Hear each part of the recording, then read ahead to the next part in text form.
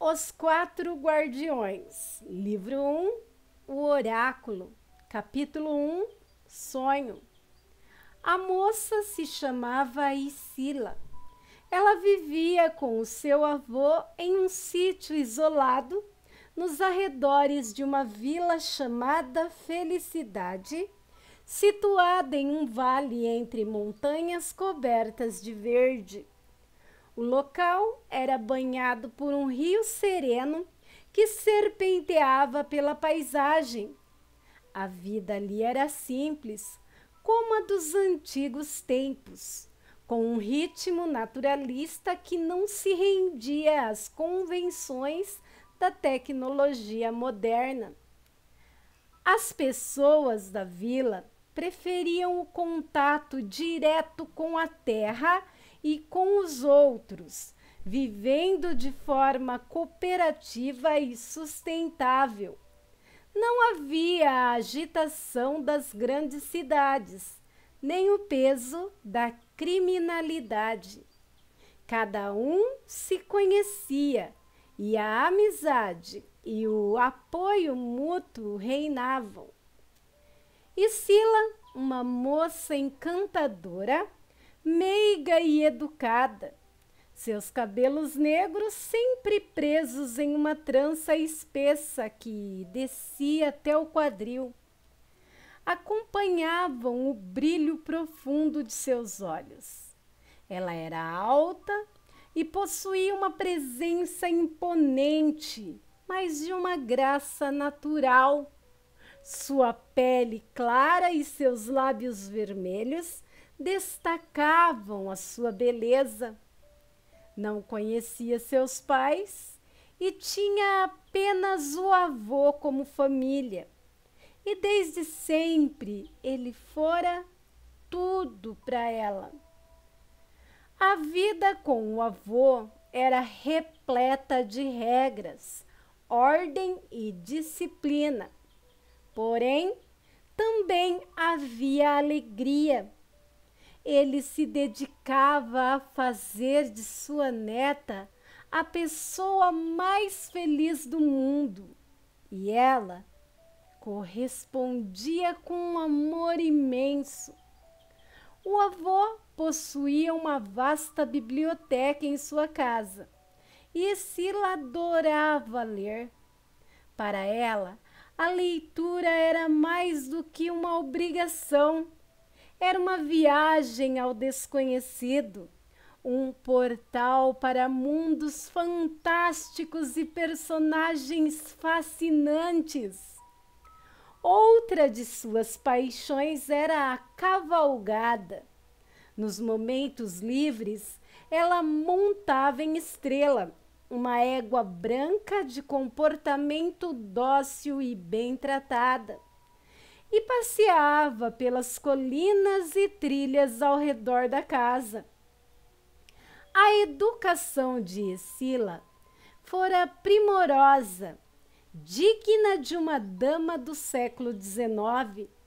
O avô não poupava esforços para proporcionar um melhor para ela. Ela se tornou uma jovem refinada, mas com a simplicidade de espírito de uma criança. Na vila, era reconhecida como a melhor pianista e a mais habilidosa no desenho. Dominava o francês, o inglês e o latim, e com as senhoras locais aprendeu as artes de costura e bordado. O sítio ficava a 2,5 km da vila e a entrada era marcada por uma porteira ladeada por arbustos floridos e palmeiras altas. Ao atravessá-la, um jardim exuberante de flores ornamentais e um chafariz encantador davam boas-vindas, com os pássaros se banhando nas águas frescas. A casa, pintada de amarelo canário, Possuía uma varanda ampla com bancos, cadeiras e uma rede para descanso.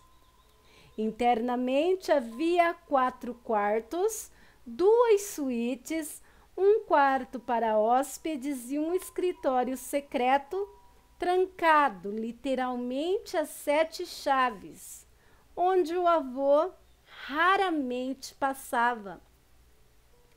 O sítio era rico em detalhes: um pomar ao fundo, viveiro de porcos e galinhas, um domo de vidro com plantas exóticas cultivadas pelo avô e uma grande horta repleta de verduras e legumes, um poço velho e lacrado e um regato que cortava o terreno.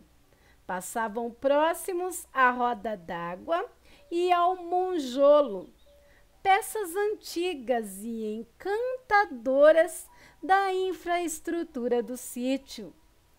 Nos fundos, uma pequena porteira levava a um pier à beira do rio, onde uma canoa os aguardava. 3 vezes por semana, Sila e o avô remavam rio acima até a cachoeira, onde faziam exercícios. Eles percorriam uma trilha até o topo da montanha, onde o rio nascente se revelava como um pequeno oásis, repleto de vida e frescor. Ali recolhiam ervas, frutas e castanhas, com o cuidado de nunca perturbar a natureza a seu redor. Esse ritual de exercícios matinais eram cumpridos com precisão, exceto quando o tempo não permitia. Após o retorno ao sítio, Sila ia para a escola da vila. Quando não estava ensinando, ela passava os dias mergulhada nos estudos, muitos deles sob orientação do seu avô. Durante as noites, após o jantar, o avô a guiava por horas de aprendizado intensivo em um curso sobre uma língua antiga e um alfabeto esquecido. Embora Sila nunca tivesse compreendido a importância de aprender aquele idioma, sabia que para o avô aquilo era fundamental. Nos finais de semana, a rotina se diversificava. Eles viajavam para a vila em um coche, entregavam produtos no armazém local e aproveitavam para comprar algumas coisas e visitar amigos.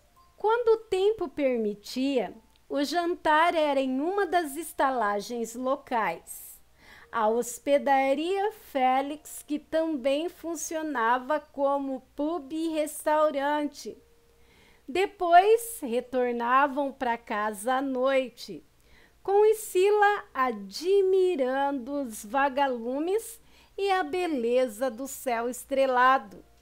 Embora ela amasse aquela vida simples e tranquila, havia um vazio em seu coração, algo que ela não conseguia compreender. Mesmo com toda a sabedoria e educação oferecida pelo avô, algo parecia faltar. Ao completar 20 anos, Sila sentia-se exausta. Os estudos eram intensos e a carga de livros e lições não lhe dava trégua. Ela observava os jovens da vila partirem para a cidade em busca de uma vida mais moderna, de novos conhecimentos e novas experiências, enquanto ela permanecia naquelas mesmas colinas. Talvez fosse o destino das pessoas que escolhiam a vida no campo, pensava ela. Naquela noite, ao concluir o seu curso, o avô fez questão de celebrar com um jantar especial. Os funcionários do sítio foram os únicos convidados. E Silas se vestiu com uma roupa simples, mas elegante. Uma calça e jaqueta jeans, uma camisa branca, botas de couro e um cinto bonito.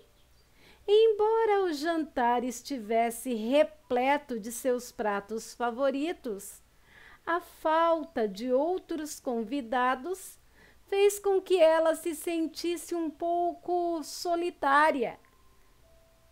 As amigas de infância estavam distantes e ela não conseguia deixar de se sentir como se estivesse vivendo em um mundo à parte.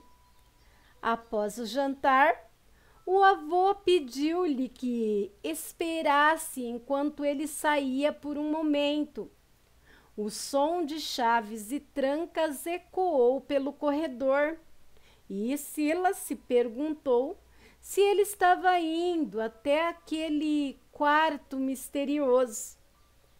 Logo, o avô retornou com um pequeno baú preto, decorado com bordas e fechadura douradas. — O que tem nesse baú? Perguntou ela, curiosa. — É o seu presente de formatura, respondeu o avô, com um sorriso enigmático. A chave está no galho mais alto da árvore do pomar, amarrado com uma faixa vermelha. E Sila revirou os olhos, já acostumada com as peculiaridades do avô.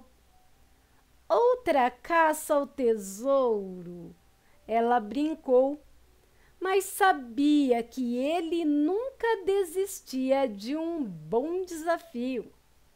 O avô, com um olhar travesso, respondeu: você tem até a meia-noite para encontrar a chave. Caso contrário, guardarei o baú. E Silas suspirou, sabendo que o desafio estava dado. Mais uma vez, pensou ela, mas sem muita escolha. A árvore mais alta do pomar era um imenso pé de cajamanga. Seu tronco grosso e liso se erguia de forma imponente, sem que os primeiros galhos surgissem antes de alcançar 5 metros de altura.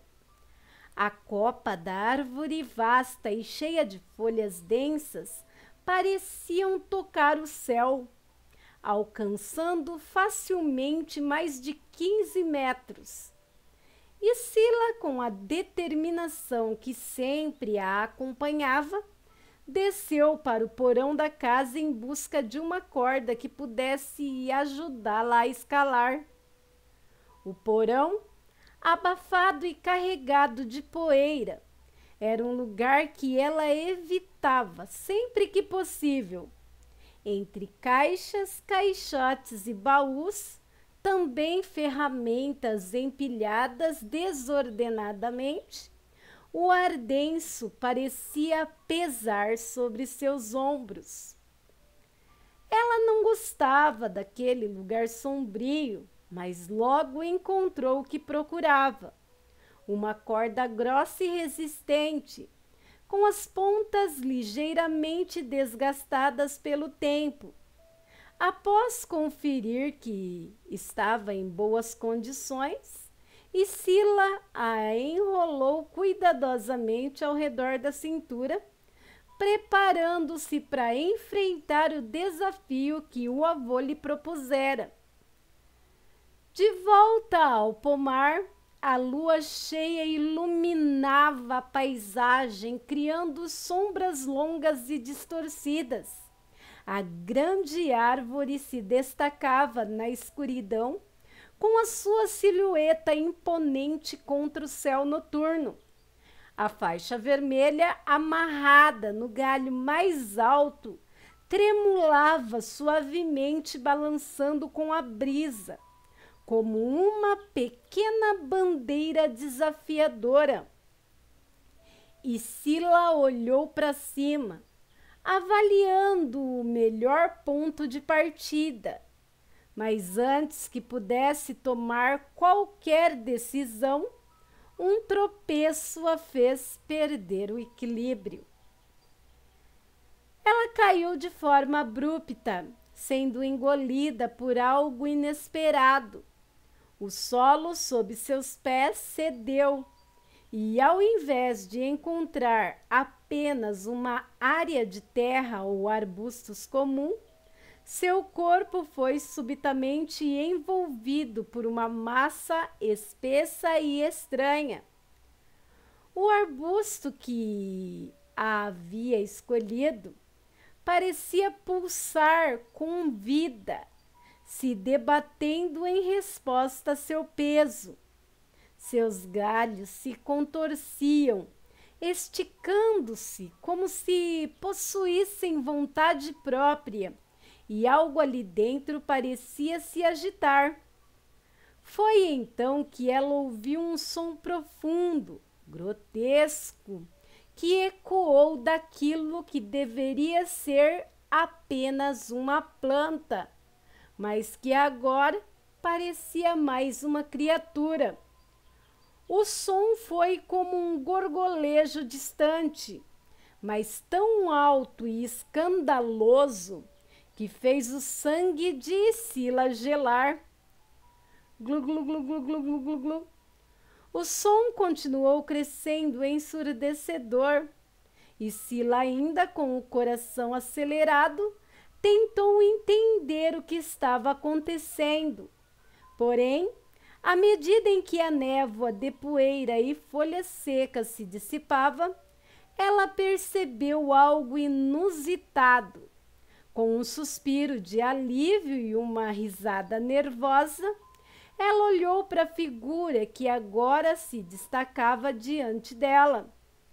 Ali estava Clayton, o peru do sítio, batendo suas asas de maneira frenética. As penas do animal se agitavam violentamente, criando uma tempestade de poeira ao seu redor, enquanto ele parecia se mostrar ainda mais imponente do que realmente era. E Sila, com o coração ainda acelerado, observou o peru se equilibrar, suas asas batendo forte como se quisesse intimidá-la com a sua força absurda para uma criatura tão pequena. Ela não pôde deixar de rir, ainda um pouco tensa, mas agora aliviada. Clayton, com os seus movimentos desordenados, parecia tão ridículo quanto era assustador em seu primeiro impacto. O peru, tentando encontrar o seu lugar no caos que criava, finalmente se acalmou, embora ainda continuasse a olhar para Sila com uma expressão de puro ódio. Você me pegou de surpresa, Clayton, disse Sila, ainda rindo baixinho, enquanto se levantava do chão e limpava a terra e as folhas que estavam grudados em sua roupa. Clayton?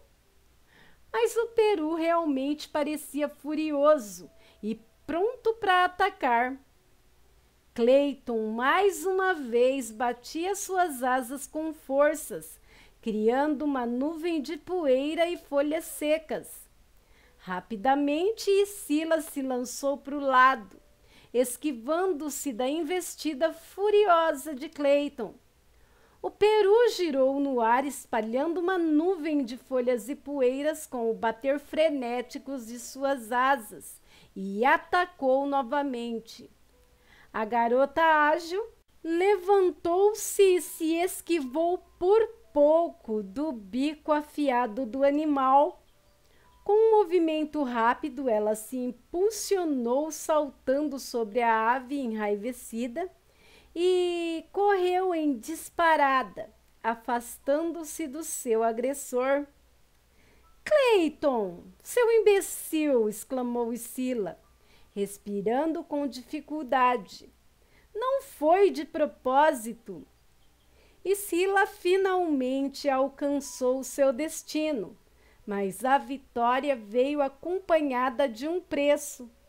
Sua roupa estava suja de terra, folhas secas e poeira, e o seu cabelo, solto e rebelde, parecia uma verdadeira selva. O coração batia forte, quase saindo pela boca, e ao olhar para trás, viu Cleiton se aproximando com furiosa velocidade. O medo apertou seu peito, mas, com um movimento rápido, ela saltou para o lado e subiu em uma árvore menor, próxima ao pé de cajamanga, escapando assim do alcance do peru enfurecido.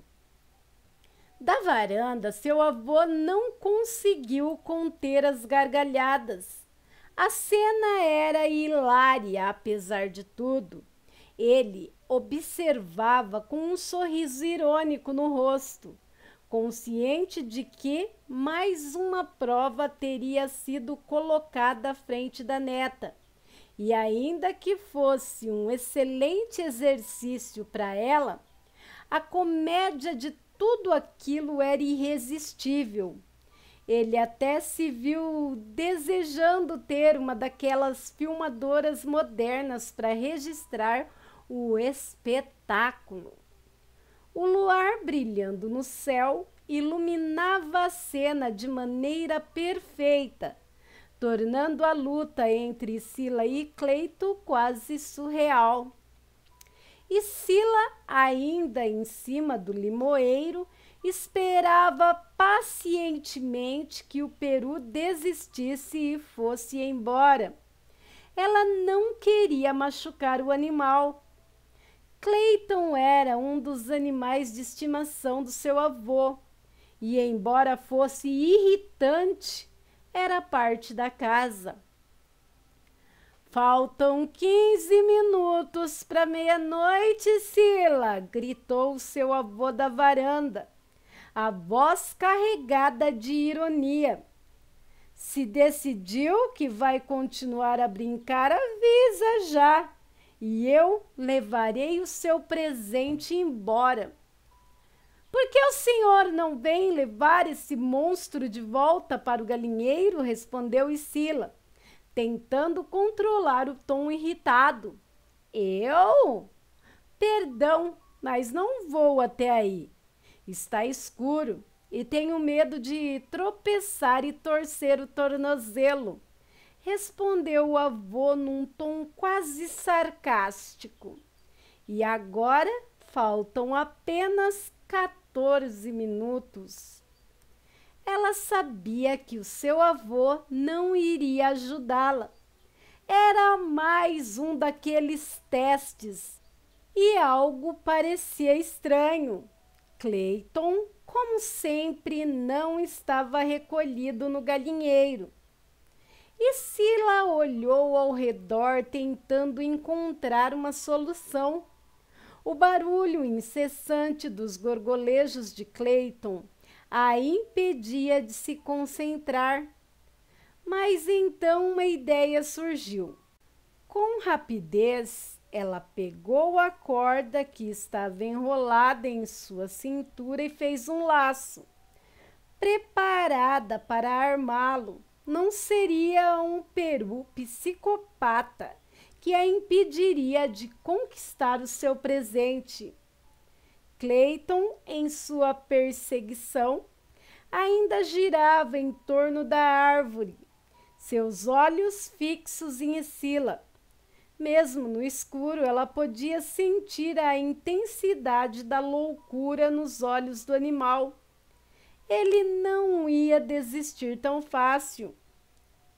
Esperando o momento certo, Escila baixou o laço e, quando Cleiton pisou na armadilha, Ela puxou com força, passando a corda por um galho e, com agilidade felina, pulou para amarrá-la firmemente em um galho baixo do limoeiro.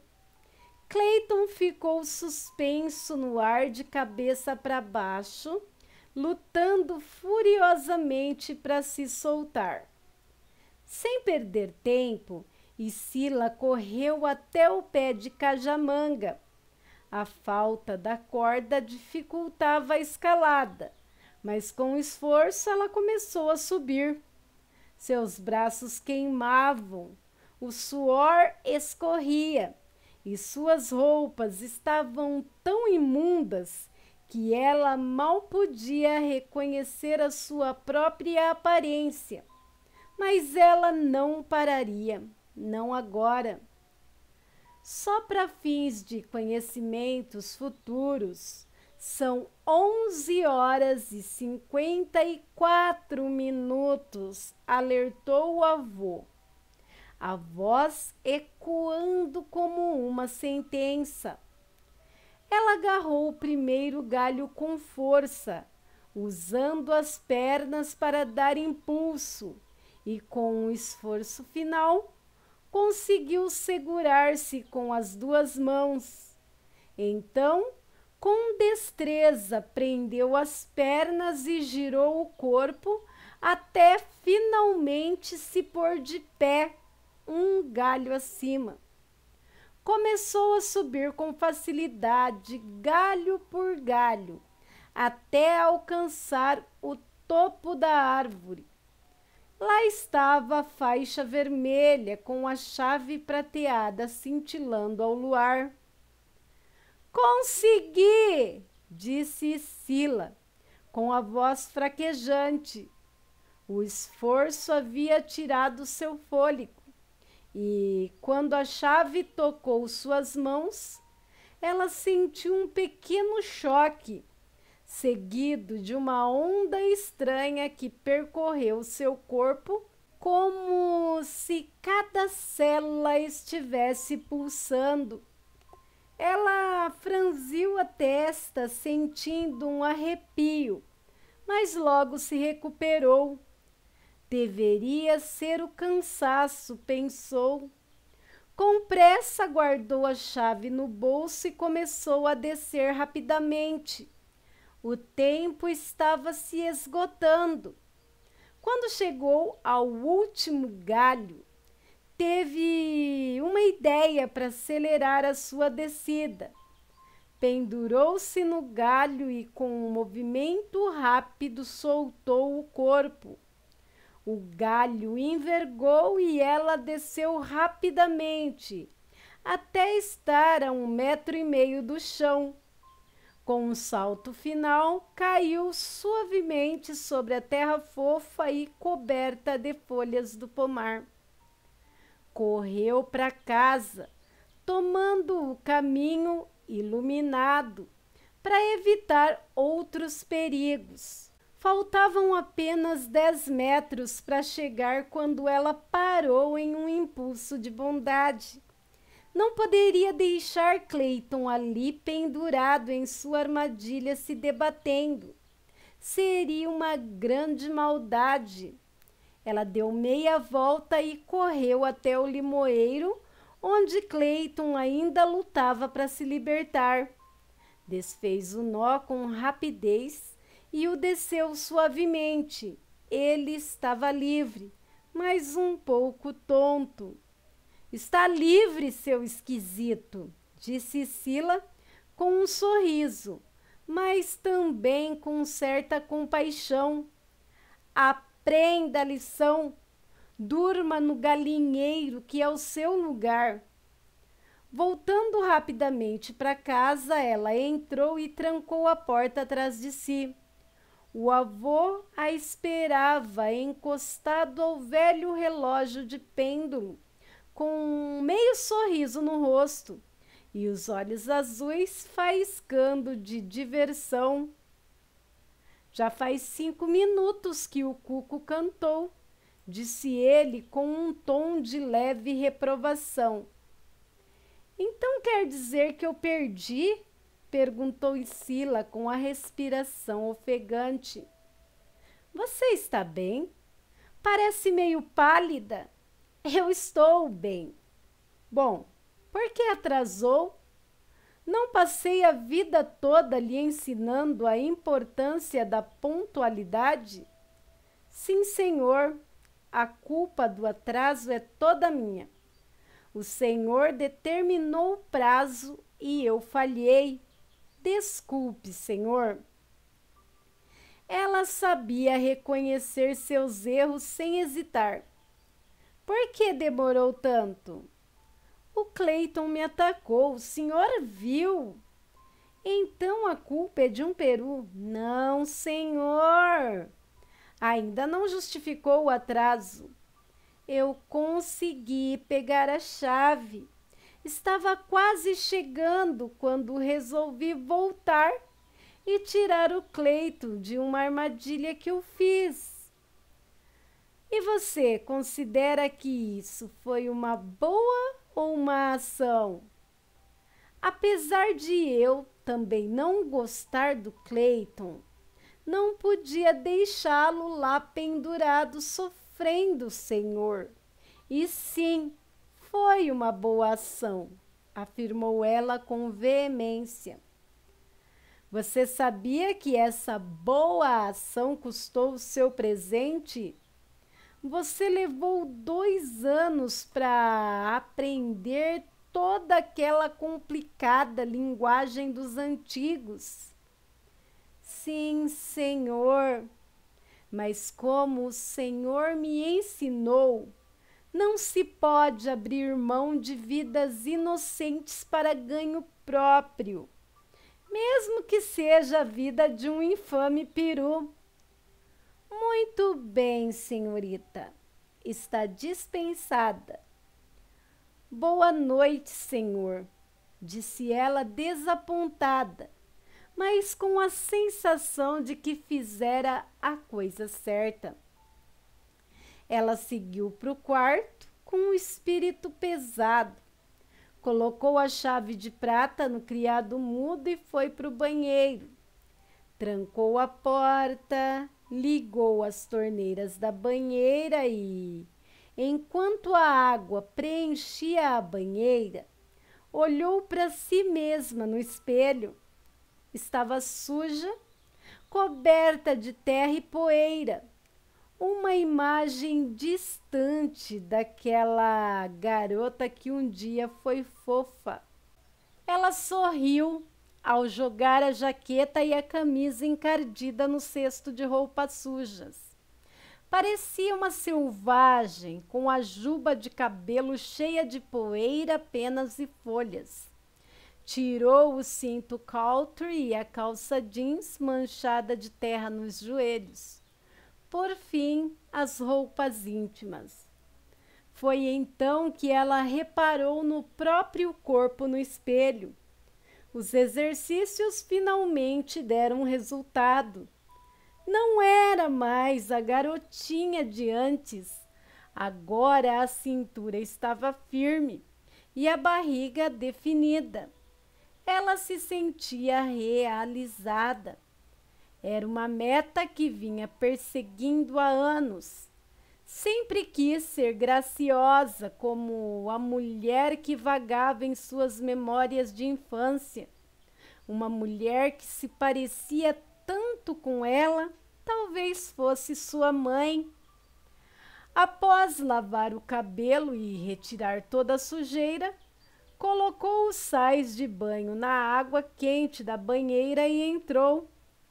O cheiro de eucalipto misturado com outras fragrâncias a envolveu e a espuma a levou a um estado de relaxamento profundo.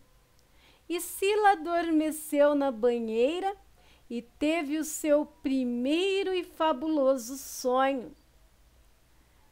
Era um corredor de pedra escuro, envolto por um silêncio profundo, onde a escuridão parecia se espessar a cada passo. Os archotes na parede estavam apagados, como se o próprio fogo temesse a presença que ali se aproximava.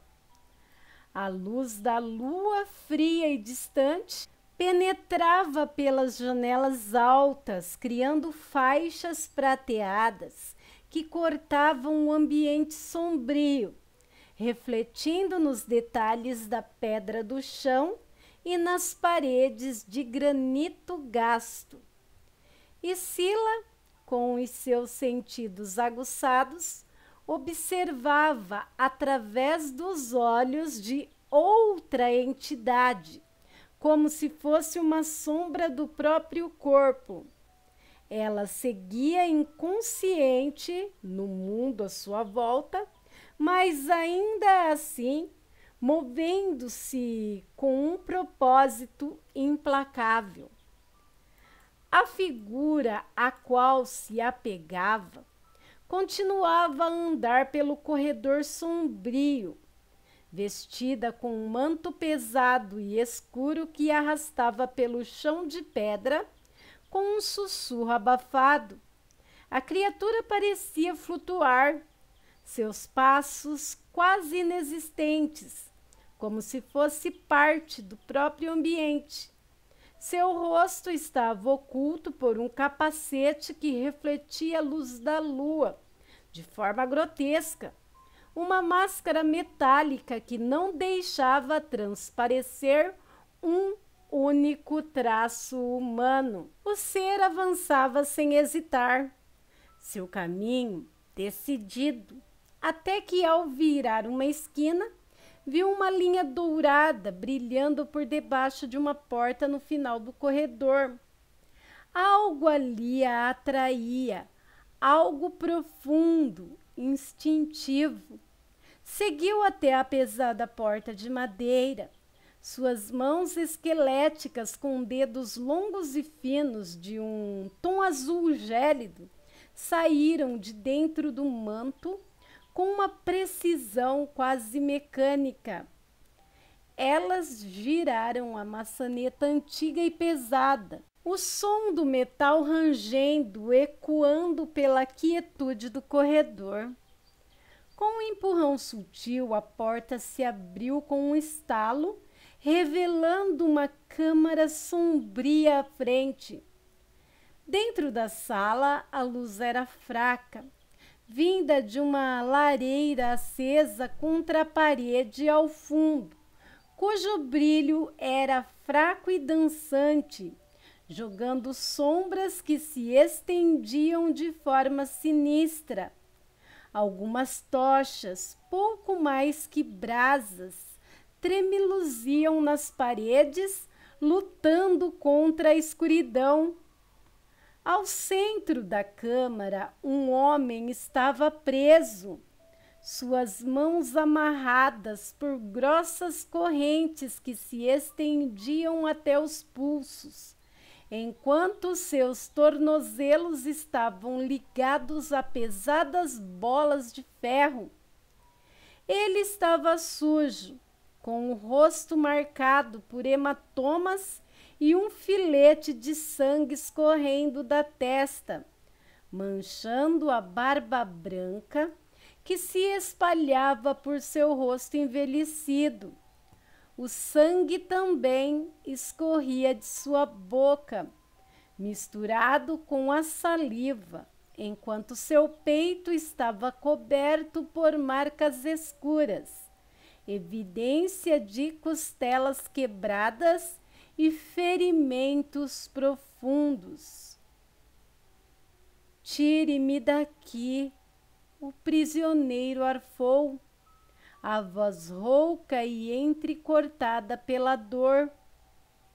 A criatura no manto se aproximou, a presença densa como uma pressão no ar, e falou com uma voz fria, gutural, que cortava como lâmina. A voz não era humana, não era sequer viva de um modo que pudesse ser compreendida, mas cheia de uma estranha autoridade. Vais me contar o que desejo saber, ó meu irmão? A voz soava como um sussurro ameaçador, sem emoção, sem misericórdia. O homem olhou com desprezo, o sangue manchando seus lábios quando falou, sua voz embargada pelo sofrimento. Morra, demônio, volte para o inferno. A criatura não se abalou. Sua voz apenas ganhou uma tonalidade mais fria. Não precisava terminar assim, meu agonizante amigo. Foi desnecessário todo esse castigo. O velho cuspiu sangue com um desprezo visível. Você não vai conseguir, demônio. A luz nunca será subjugada pelas trevas. Oh, vamos aos negócios, bondoso senhor. A voz da criatura se arrastou como uma lâmina afiada. Conte-me o que desejo saber e em troca ficarás livre. Simples assim. O prisioneiro cerrou os dentes, os olhos cheios de raiva e desafio. Seria um tolo em acreditar em suas mentiras, seu maldito. A criatura pareceu se divertir com a resistência, sua risada baixa e distante, ecoando pela sala fria.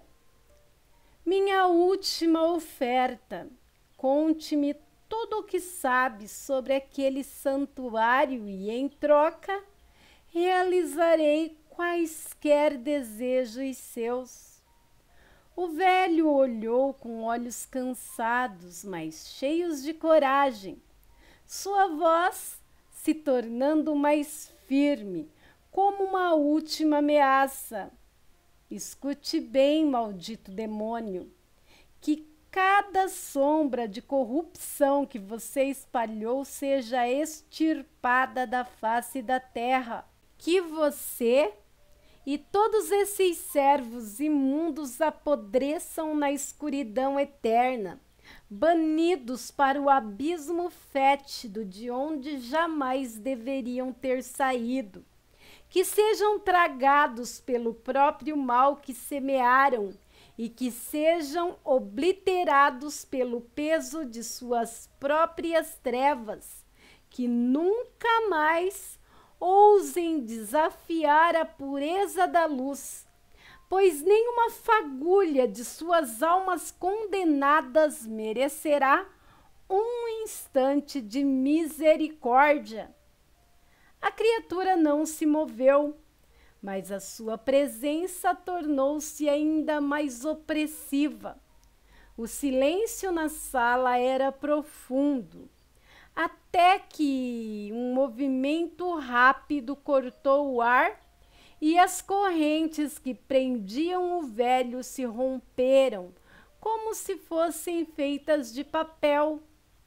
O homem desabou pesadamente no chão de pedra, sua respiração ofegante e seu corpo vacilante. No momento em que o velho caiu, a criatura se aproximou, observando-o com uma expressão que misturava prazer e loucura. No meio das cicatrizes de suas costas, uma tatuagem peculiar começou a brilhar, revelando uma figura intricada de uma lua crescente azul. Ah, por que será que eu gosto tanto de fazer isso? A voz da criatura parecia mais um sussurro prazeroso, quase delirante. Num movimento quase imperceptível, uma força estranha pareceu se espalhar pela sala e o fogo na lareira começou a minguar, as tochas apagando-se uma a uma, como se sugadas por uma escuridão implacável. O brilho do fogo tornou-se apenas um fraco reflexo vermelho e a escuridão tomou conta da sala.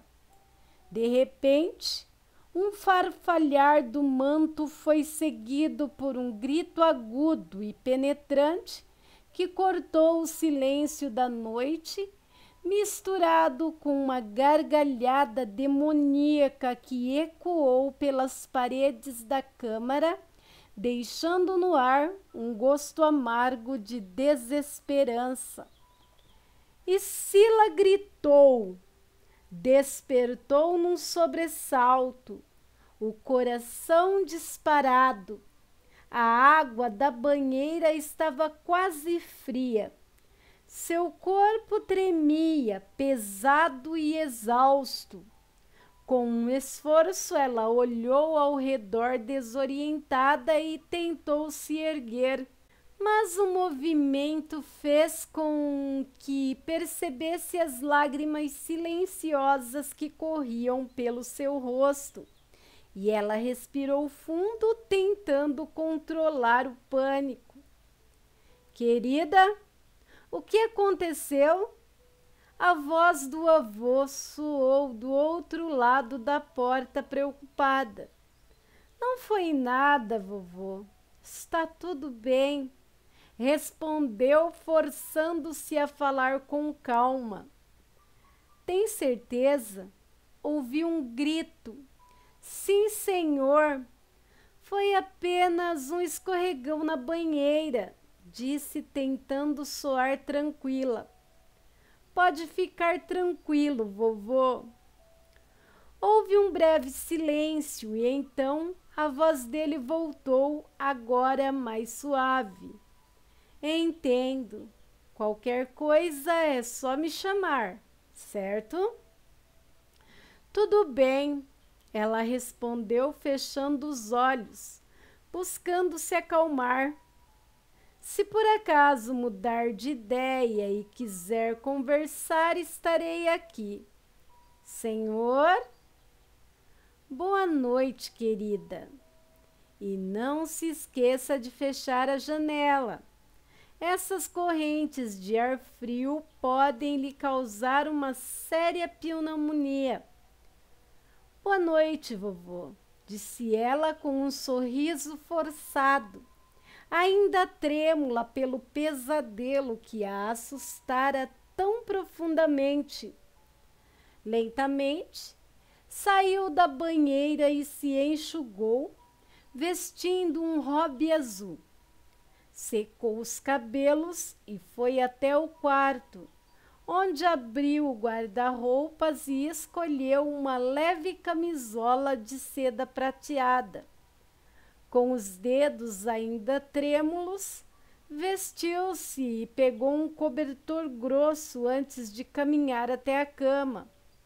Puxou a colcha de retalhos para cima do lençol e ajeitou o cobertor por cima, sentando-se em seguida.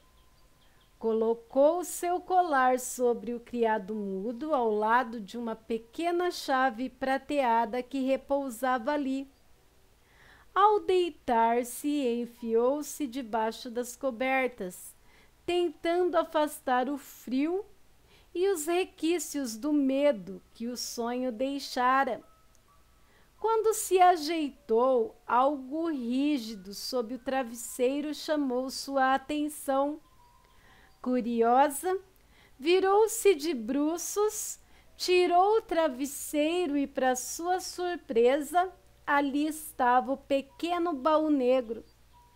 E Sila sorriu, compreendendo que seu avô o deixara escondido ali como presente, mesmo depois de sua falha no teste. Com cuidado, colocou o baú embaixo do criado-mudo e decidira abri-lo pela manhã. Obrigada, vovô, murmurou com carinho. Apagou a luz, aconchegou-se e fechou os olhos, esforçando-se para afastar as últimas sombras do pesadelo.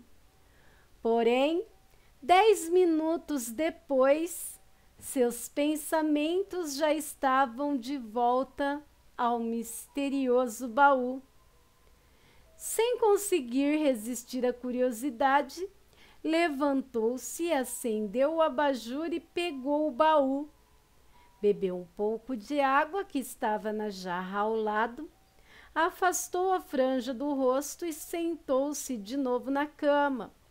Arrumou os travesseiros para se recostar melhor e colocou o baú sobre o colo, segurando a pequena chave prateada. Com as mãos trêmulas de excitação, inseriu a chave na fechadura. Girou uma vez, depois outra, até ouvir o clique da chave. E Sila prendeu a respiração e, com um movimento lento, quase reverente, levantou a trava de segurança. Sentia o coração acelerar e uma leve onda de calor percorreu a sua pele. Quando começou a abrir a tampa, uma luz intensa surgiu pela fresta, ofuscando-a. Surpresa, parou e baixou a tampa, olhando ao redor, certificando-se de que estava sozinha. Fitou o baú e notou figuras gravadas em torno da tranca. Uma ave, um felino, uma tartaruga e um dragão. Fascinada, aproximou o baú da luz do abajur, observando as imagens mais de perto.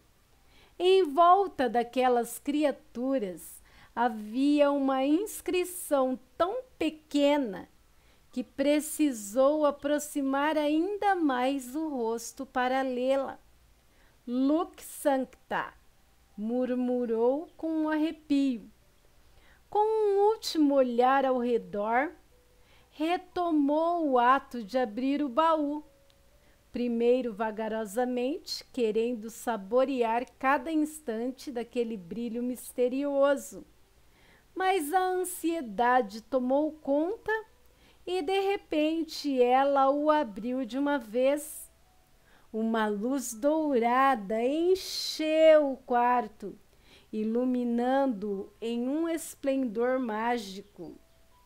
No outro quarto, o avô de Sila sorriu, virou-se na cama e puxou o seu cobertor. Parte das costas dele ficou à mostra. Uma tatuagem azul, em forma de meia-lua, brilhava em contraste com a luz do luar que entrava pela janela. Final do primeiro capítulo do livro Os Quatro Guardiões, livro 1. Autoria Tiago Wildfire. Na próxima terça-feira tem mais. E continuaremos todos os dias da semana aqui no canal com a nossa programação de contos, relatos e histórias de terror. Bem, meus amigos, se você gosta do canal, se inscreve aí, deixa um like, compartilhe o vídeo e ativem as notificações do canal para não ficar de fora sempre que eu postar algo novo aqui na plataforma. E voltem sempre, pois eu sempre estarei aqui esperando vocês com um vídeo de arrepiar. E nas terças, continuando com essa aventura maravilhosa do livro Os Quatro Guardiões. Bem, por hoje é só. Fiquem com Deus e até a próxima.